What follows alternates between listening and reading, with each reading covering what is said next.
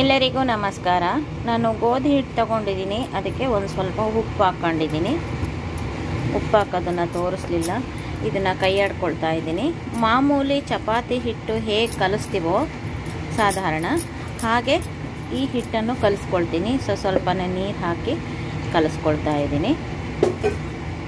ಒಂದು ಸ್ವಲ್ಪ ಮೃದುವಾಗಿ ಕಲಿಸ್ಕೋಬೇಕು, ತೀರಾ ಗಟ್ಟಿಯಾಗಿ ಕಲಿಸೋದು ಬೇಡ.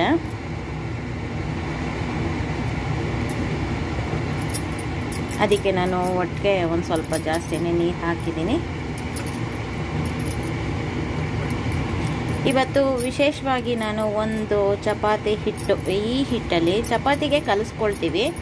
ಒಂದು ಸ್ವಲ್ಪ ನಾವು ಏನಾದರೂ ಮಡಿಗೆ ಗಿಡಿಗೆ ಮಾಡೋದಾದರೆ ಸ್ನಾನ ಎಲ್ಲ ಮಾಡಿಕೊಂಡಾಗ ಈ ಥರ ಚಪಾತಿ ಹಿಟ್ಟು ಕಲಿಸ್ಬಿಟ್ಟು ಒಂದು ಚಪಾತಿ ಹಿಟ್ಟನ್ನು ಎತ್ತಿಟ್ಕೊಂಡ್ಬಿಡಬೇಕು. ಅಥವಾ ಲಟ್ಸಿ ನೈವೇದ್ಯಕ್ಕೆ ಏನಾದರೂ ಮಾಡ್ತೀವಲ್ಲ ನಾವು, ಅದನ್ನು ಮಾಡ್ಬೋದು. ಅದಕ್ಕೋಸ್ಕರ ನಾನು ತೋರಿಸ್ತಾ ಇದ್ದೀನಿ. ಇವತ್ತು ವಿಶೇಷವಾಗಿ ಎಲೆ ಪಾಯಸ ಅಂತ ಮಾಡ್ತಾ ಇದ್ದೀನಿ.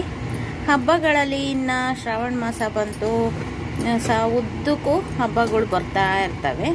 ಮಂಗಳವಾರ, ಶುಕ್ರವಾರ ಇದೇ ಥರ. ಆವಾಗ ಗೋಧಿಯಿಂದ ಮಾಡಿದ ಸಿಹಿಯನ್ನು ನೈವೇದ್ಯಕ್ಕೆ ಇಡಬೇಕು ಅಂತ ಹೇಳ್ತಿರ್ತಾರೆ. ಆದ್ದರಿಂದ ನಾವು ಶಾವಿಗೆ ಪಾಯಸ ಮಾಡಿದರೆ ಅದು ಯಾವಾಗಲೋ ಮಾಡಿದ್ದು ಅಂತ ಅನಿಸುತ್ತಲ್ಲ, ಅದಕ್ಕೆ ಇದೇ ಥರ ಎಲೆ ಪಾಯಸ ಮಾಡೋದನ್ನು ತೋರಿಸ್ತಾ ಇದ್ದೀನಿ. ನೋಡಿ, ಒಂದು ಸ್ವಲ್ಪ ಮೃದುವಾಗಿ ಕಲಸಿದ್ದೀನಿ, ಅಷ್ಟೊಂದು ಹಾರ್ಡಿಲ್ಲ. ಈಗ ಇದಕ್ಕೆ ನೋಡಿ ಒಂದು ಸ್ವಲ್ಪ ಎಣ್ಣೆ, ಇದಕ್ಕೆ ಬರೀ ಎಣ್ಣೆ ಸೌರು ಇಟ್ಬಿಟ್ರೆ ಸಾಕು. ಹಿಟ್ಟು ಕಲಿಸ್ಬೇಕಾದ್ರೆ ಎಣ್ಣೆ ಹಾಕೋದು ಬೇಡ. ಈಗ ಸಾಲು ಹಬ್ಬಗಳು ಬರುತ್ತಲ್ಲ, ಆವಾಗ ಸ್ವೀಟು ನೈವೇದ್ಯಕ್ಕೆ ಏನು ಮಾಡೋದು ಅಂತ ಇರುತ್ತೆ. ಅದರಲ್ಲಿ ಇದು ಶ್ರೇಷ್ಠವಾದ ಸಿಹಿ ಎಲೆ ಪಾಯಸ ಅಂತ ಮಾಡ್ತಾ ಇದ್ದೀನಿ. ಈಗ ನೀವು ಮನೆಗೆ ಚಪಾತಿ ಹಿಟ್ಟು ಕಲಿಸ್ತೀರಲ್ಲ, ಅದೇ ರೀತಿ ಕಲಿಸಿದ್ದೀನಿ. ಇದರಲ್ಲಿ ಮೊದಲನೇ ಚಪಾತಿನ ನಾನು ಎಲೆ ಪಾಯಸ ಮಾಡಲಿಕ್ಕೆ ತಗೊಳ್ತೀನಿ. ಆ ನಂತರ ನೀವು ಮತ್ತೆ ಚಪಾತಿಗೆ ಉಪಯೋಗಿಸ್ಕೋಬಹುದು. ಅಥವಾ ಸಪ್ರೇಟಾಗಿ ಒಂದು ಸ್ವಲ್ಪ ಕಲಿಸ್ಲಿಕ್ಕೆ ಬೇಜಾರಾಗುತ್ತೆ ಅನ್ನೋದಾದರೆ ಈ ಥರ ಕಲಸಿಟ್ಬಿಟ್ಟು ಈಗ ಮುಚ್ಚಿಡೋಣ. ಒಂದು ಅರ್ಧ ಗಂಟೆ ಆದಮೇಲೆ ಒಂದು ಸ್ವಲ್ಪ ನೆಂದಿರುತ್ತೆ, ಚೆನ್ನಾಗಿರುತ್ತೆ. ಆವಾಗ ಎಲೆ ಪಾಯಸ ಯಾವ ರೀತಿ ಮಾಡೋದು ಅಂತ ತೋರಿಸ್ತಾರೆ. ನೋಡಿ, ಒಂದು ಅರ್ಧ ಗಂಟೆ ಮುಚ್ಚಿಟ್ಟಿದ್ದೆ ಕಲಸಿಟ್ಬಿಟ್ಟು. ಇವಾಗ ತುಂಬ ಚೆನ್ನಾಗಿ ಸ್ಮೂತಾಗಿ ಆಗಿರುತ್ತೆ. ಈಗ ನಾವು ಚೆನ್ನಾಗಿ ಮಿದಿಬೇಕು ಇದನ್ನು. ನೋಡಿ, ಇವಾಗ ಚೆನ್ನಾಗಿ ನಾದಿದ್ದೀನಿ, ತುಂಬ ಚೆನ್ನಾಗಿ ಬಂದಿದೆ. ಇದರಲ್ಲಿ ನಮಗೆ ಒಂದು ಚಪಾತಿ ಆಗೋಷ್ಟು, ಒಂದು ಚಪಾತಿ ಅಂದರೆ ತೀರ ತೆಳು ಇರಬಾರ್ದು, ಒಂದು ಸ್ವಲ್ಪ ಮೀಡಿಯಮ್ ಆಗಿ. ನೋಡಿ, ಇಷ್ಟು ದಪ್ಪ ಉಳ್ಳಿ ತೊಗೊಂಡ್ರೆ ಸಾಕು. ನಮಗೆ ಇವತ್ತು ಎಲೆ ಪಾಯಸ ಮಾಡಲಿಕ್ಕೆ ಇಷ್ಟ ಆದರೆ ಸಾಕು. ಇದನ್ನು ನಾವು ಮಾಮೂಲಿ ಚಪಾತಿ ಮಾಡ್ದಂಗೆ ಮಾಡ್ಕೋಬೋದು. ಇದನ್ನು ಲಟ್ಟಿಸ್ಕೋಬೇಕು. ನೋಡಿ, ಹಿಟ್ಟು ಹಾಕ್ಕೊಂಬಿಟ್ಟು ಮಾಮೂಲಿ ಚಪಾತಿ ಯಾವ ರೀತಿ ಲಟ್ಟಿಸ್ಕೊಳ್ತೀವೋ ಅದೇ ರೀತಿ ಲಟ್ಟಿಸ್ಕೊಳ್ತಾ ಇದ್ದೀನಿ. ನೋಡಿ, ಚಪಾತಿನ ಒಂದು ಸ್ವಲ್ಪ ದೊಡ್ಡದಾಗಿ ಲಟ್ಟಿಸಿದ್ದೀನಿ. ನೋಡಿ, ಇಷ್ಟು ದಪ್ಪ ಇದೆ. ಇವಾಗ ಇದರಲ್ಲಿ ನಾವು ಕೊಯ್ಕೋಬೇಕು. ನಾನು ಇವತ್ತು ಚಾಕುನಲ್ಲಾರು ಕೊಯ್ಕೋಬೋದು, ಬೇರೆದ್ರಲ್ಲಾರು ಕೊಯ್ಕೋಬೋದು. ನೋಡಿ, ಇದು ಮಾರ್ಕಿಂಗ್ ವೀಲು, ನಮ್ಮ ಟೈಲರಿಂಗ್ ಇದಕ್ಕೆ ಉಪಯೋಗಿಸೋ ಅಂಥದ್ದು. ಇದನ್ನು ತೊಗೊಂಡಿದ್ದೀನಿ. ಇದನ್ನು ಎಲೆ ಆಕಾರದಲ್ಲಿ ಕಟ್ ಮಾಡ್ಕೋಬೇಕು. ಮೊದಲೆಲ್ಲ ನಮ್ಮಲ್ಲಿ ಚಪಾತಿನ ಬೇಯಿಸ್ಬಿಟ್ಟು ಮುರಿದು ಹಾಕೋರು. ನಾನು ಈ ಸಲ ಮುರಿದು ಹಾಕ್ತಾಯಿಲ್ಲ, ಚಪಾತಿ ಬೇಯಿಸಿ ಹಾಕ್ತಾಯಿಲ್ಲ, ಕರಿದು ಹಾಕ್ತಾಯಿದ್ದೀನಿ. ಇದು ಇನ್ನೂ ಟೇಸ್ಟ್ಫುಲ್ ಆಗುತ್ತೆ. ಅದಕ್ಕೆ ಇದರಲ್ಲಿ ನೋಡಿ,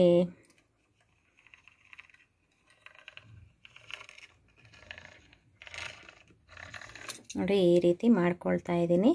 ಇದು ಎಲೆ ಆಕಾರದಲ್ಲೇ ಬರುತ್ತೆ. ಈ ರೀತಿ ಮಾಡಿಕೊಂಡು ಇದನ್ನು ತೆಕ್ಕೋಬೇಕು. ಇಲ್ಲ, ಈ ಥರದ್ದಿಲ್ಲ ಅಂದರೆ ನಾವು ಚಾಕುನಲ್ಲೇ ಮಾಡ್ಕೋಬೋದು. ಈ ರೀತಿ ಈ ಕ್ರಾಸ್ ಹಿಂಗೆ ಈ ರೀತಿ ಮಾಡ್ಕೋಬೋದು. ಅಂತೂ ಎಲ್ಲದನ್ನು, ಅಥವಾ ಈ ರೀತಿ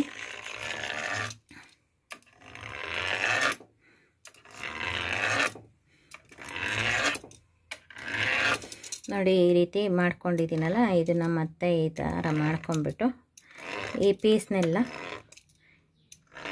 ಎಣ್ಣೆಯಲ್ಲಿ ಕರೆದು ನಾವು ಪಾಕ ಮಾಡ್ತೀವಿ. ಪಾಕ ಯಾವ ರೀತಿ ಮಾಡೋದು ಅಂತ ತೋರಿಸ್ತೀನಿ.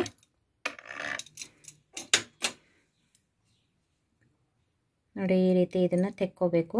ಎಲೆ ಎಲೆ ಆಕಾರದಲ್ಲಿ ತೆಕ್ಕೊಂಡು ಒಂದು ತಟ್ಟೆಗೆ ಹರಡ್ಕೋಬೇಕು. ಇದನ್ನು ನೋಡಿ, ಈ ರೀತಿ ಬರುತ್ತೆ ನಾವೇ ಹೆಚ್ಕೊಂಡ್ಮೇಲೆ. ನೋಡಿ, ಇದು ಕೊರ್ದಿರೋದು ಈ ರೀತಿ ಬರುತ್ತೆ. ಆನಂತರ ಈ ಪೀಸ್ ಎಲ್ಲ ತೆಕ್ಕೊಂಡು ನೋಡಿ ಈ ಥರ ತಟ್ಟೆಗೆ ಹಾಕ್ಕೊಳ್ತೀನಿ ಎಲ್ಲದನ್ನು. ಇದು ನೋಡಿ ಅಷ್ಟನ್ನು ಹರಡ್ಕೊಂಡಿದ್ದೀನಿ. ಇದು ಒಂದು ಸ್ವಲ್ಪ ಸ್ಮೂತಾಗೇ ಇರಬೇಕು. ತೀರಾ ಹಾರ್ಡಾಗಿದ್ದರೆ ಚೆನ್ನಾಗಿರೋದಿಲ್ಲ.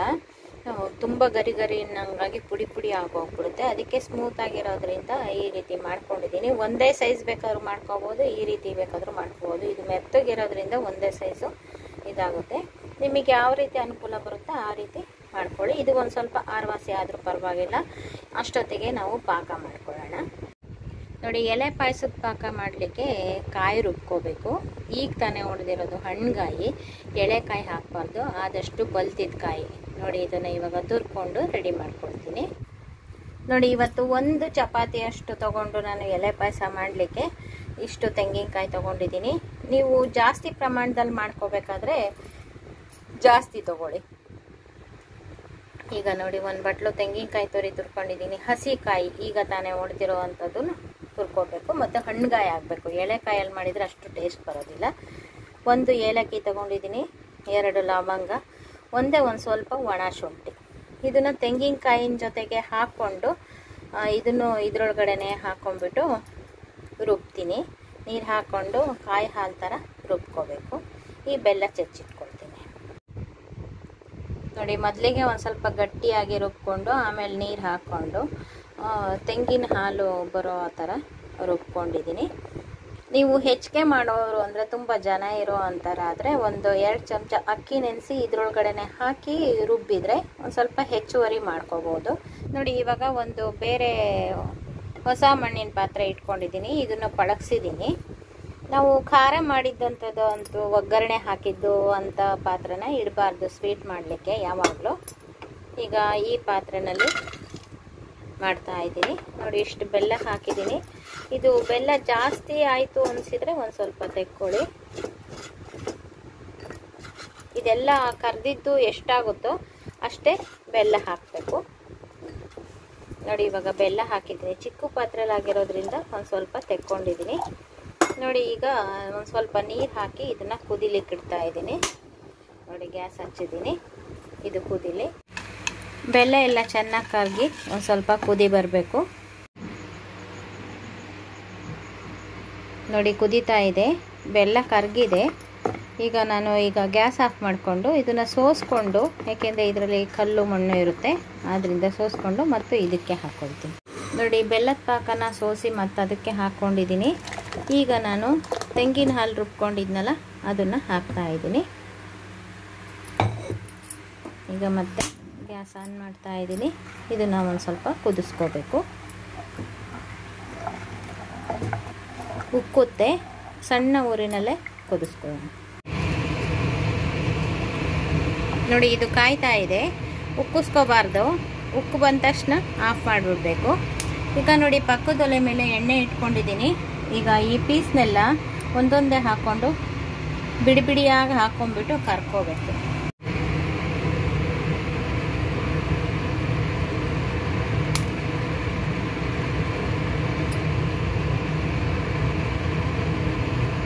ನೋಡಿ, ಚೆನ್ನಾಗಿ ಕುದೀತಾ ಇದೆ. ಈಗ ಇದನ್ನು ಆಫ್ ಮಾಡೋಣ. ನೋಡಿ, ಇದು ಕೈ ಆಡ್ಬಿಟ್ರೆ ಉಕ್ಕೋದು ನಿಲ್ಲುತ್ತೆ. ಇಷ್ಟು ಬೇಯಿಸ್ಕೊಂಡ್ರೆ ಸಾಕು. ಈ ಕಡೆ ಎಣ್ಣೆ ಕಾದಿದೆ. ನೋಡಿ, ಇದನ್ನು ಹಾಕಿ ಕರ್ಕೊಂಡ್ಬಿಡೋಣ.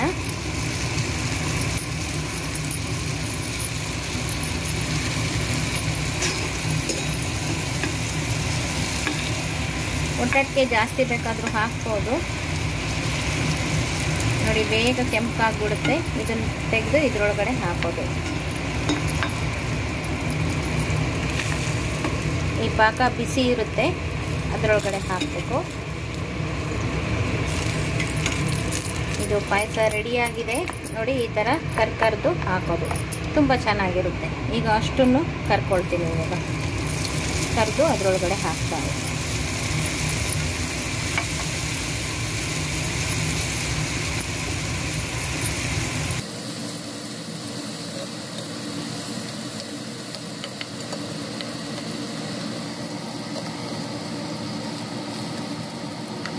ತುಂಬ ವಿಶೇಷವಾಗಿ ಮಾಡಬೇಕು ದೇವ್ರ ನೈವೇದ್ಯಕ್ಕೆ ಅಂದರೆ ಬೇಕಾದರೆ ತುಪ್ಪದಲ್ಲಿ ಬೇಕಾದ್ರೂ ಕರೆದು ಹಾಕ್ಬೋದು. ನಾನು ಎಣ್ಣೆನಲ್ಲೇ ಕರೆದು ಹಾಕ್ತಾ ಇದ್ದೀನಿ.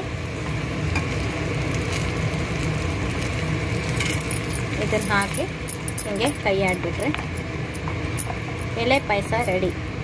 ನಾವು ಚಪಾತಿ ಬೇಯಿಸಿದ್ದಾದರೆ ಒಂದು ಕುದಿ ಕುದಿಸ್ಕೋಬೋದು. ಈಗ ಕರ್ದಿರೋದಾಗಿರೋದ್ರಿಂದ ಒಂದು ಸ್ವಲ್ಪ ನೆನ್ಕೋಬೇಕು. ಇದು ಕುದಿಸೋದೇನು ಬೇಕಾಗಿಲ್ಲ ನೋಡಿ. ಇದು ಆರ್ವಾಸಿ ಮಾಡ್ಕೊಂಡಿರ್ತೀವಿ. ಈಗ ಒಟ್ಟೊಟ್ಟಿಗೆ ಹಾಕ್ಕೊಂಡು ಕರ್ಕೋಬೋದು.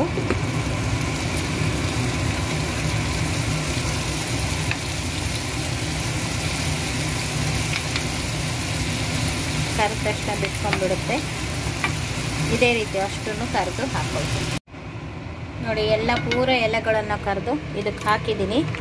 ಈಗ ಇದನ್ನು ಕೈ ಆಡಿಬಿಟ್ರೆ ಆಯಿತು. ಇದು ಕರೆದಿರೋದ್ರಿಂದ ಮತ್ತು ಕುದಿಸೋ ಅವಶ್ಯಕತೆ ಇರೋದಿಲ್ಲ. ನಮ್ಮನೇಲಿ ಅಂದರೆ ತುಂಬ ಜನ ಇದ್ವಿ. ನಮ್ಮನೇಲೆ 5 ಜನ ಮಕ್ಕಳು, ನಮ್ಮ ತಂದೆ ತಾಯಿ, ನಮ್ಮ ದೊಡ್ಡಪ್ಪನ ಮಕ್ಕಳು ಎಲ್ಲರೂ ಇದ್ದರು. ಆವಾಗ ಜಾಸ್ತಿ ಚಪಾತಿನ ಉಜ್ಜಿಬಿಟ್ಟು ಒಂದು ದೊಡ್ಡ ತಪ್ಪಲೆನಲ್ಲಿ ಮಾಡೋರು. ಚಪಾತಿ ಉಜ್ಜಿ ಮುರಿದು ಹಾಕಿ ಆಮೇಲೆ ಕುದಿಸೋರು.